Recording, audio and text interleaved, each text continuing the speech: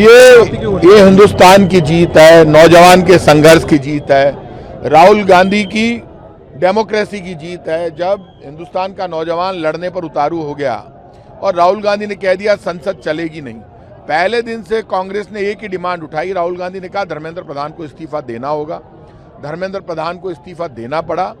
ये डेमोक्रेसी की, संविधान की, युवाओं के संघर्ष की जीत है।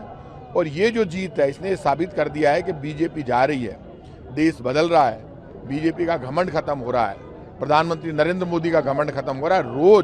रोजाना 100 से ज़्यादा नौजवान आत्महत्या कर रहे हैं। महंगाई, गरीबी, बेरोजगारी का असर अब नजर आया है।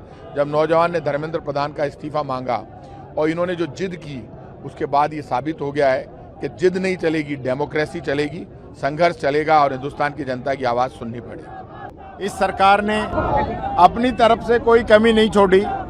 जो एक इन लोगों का सेट एजेंडा रहता है, जो हर बार ये लोग करते हैं, पाकिस्तानी कनेक्शन, चाइनीज कनेक्शन, देशद्रोही, ये सारा जो एजेंडा है वो इस गवर्नमेंट का रहता है। यहाँ भी इन लोगों ने पूरा प्रयास किया कि इस प्रकार का किया जाए, लेकिन जैन जी के आगे इनकी नहीं चली, छात्रों का आगे नहीं चली। तो छात्रों को सर्वप्रथम मैं बधाई देता हूँ। आज पूरे हिंदुस्तान के अंदर कांग्रेस पार्टी के द्वारा विजयी मार्च जो है निकाला जा रहा है हर जिले में।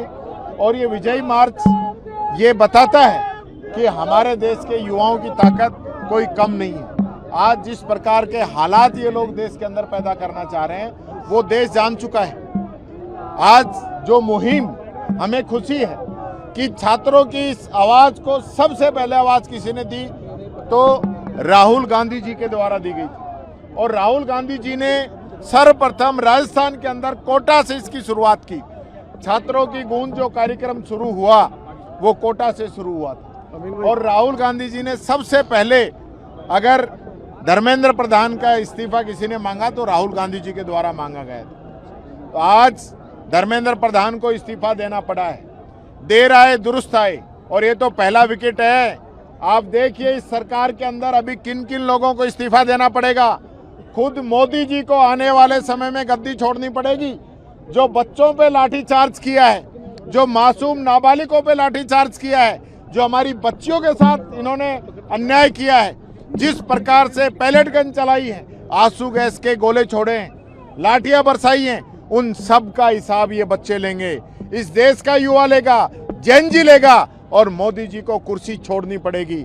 आज देश के अंदर जैन जी जान चुका है, युवा जान चुका है कि किस प्रकार से चुनी हुई सरकारों को गिराया जा रहा है, किस प्रकार से एमपी एमएलए को खरीदा जा रहा है। डेमोक्रेसी को खत्म करने का काम ये गवर्नमेंट कर रही है। आज इस बात को पूरा हिंदुस्तान जान चुका है, ये युवा जान चुका है। युवा के आज समझ में आ गया कि ये लोग जाति और धर्म का नाम लेके, हिंदू मुस्लिम करके सत्ता के अंदर आ जाते हैं। विकास से कोई मतलब नहीं है, काम से कोई मतलब नहीं है। इतना बड़ा कृषि आंदोलन हुआ, 750 से ज्यादा किसानों की जान चली गई, किसी ने जिम्मेदारी ली? आज जिस प्रकार से चाइना ने हमारे यहाँ पे आके कब्जा कर लिया, किसी ने जिम्मेदारी ली? मोदी जी लोकसभा के अंदर जवाब नहीं देते। रात को 12 बजे युवाओं से कह रहे माय फ्रेंड, उनके कमेंट देखिए। बच्चों ने जो कहा है कि ये कमेंट्स कि हम कोई फ्रेंड नहीं है आपके। आज जिस प्रकार के हालात मोदी जी बनाना चाह रहे हैं, उनकी मजबूरी होगी कि रात को 12:30 बजे आके रील बना रहे हैं। ये वही मोदी जी हैं जो कह रहे थे कि युवाओं को कि रील बनाने का भी एक व्यवसाय आप लोगों को मैं दे रहा हूं। ये वही मोदी जी है जो युवाओं से कह रहे थे पकौड़े तल लो। ये वही मोदी जी है जो युवाओं से कह रहे थे कि नाले की गैस से पकौड़े तलो। ये वही मोदी जी है जो युवाओं से कह रहे थे कि मैं 2 करोड़ युवाओं को रोजगार हर वर्ष दूंगा। कहां चले गए वो रोजगार?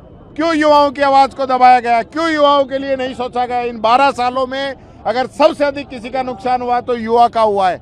आज एजुकेशन सिस्टम ऐसा बना दिया कि नीट की परीक्षा का 1 साल का कोचिंग का जितना फंड है, उतना तो पूरे हिंदुस्तान के अंदर एजुकेशन डिपार्टमेंट का फंड है। आप समझ सकते हैं किस प्रकार से युवाओं से ये सरकार जेब काटने का काम कर रही है, पैसे ऐंठने का काम कर रही है। ये एक हकीकत है इस देश की, ये युवाओं की समझ में आ चुका है। आने वाला नंबर अब मोदी जी का ही है।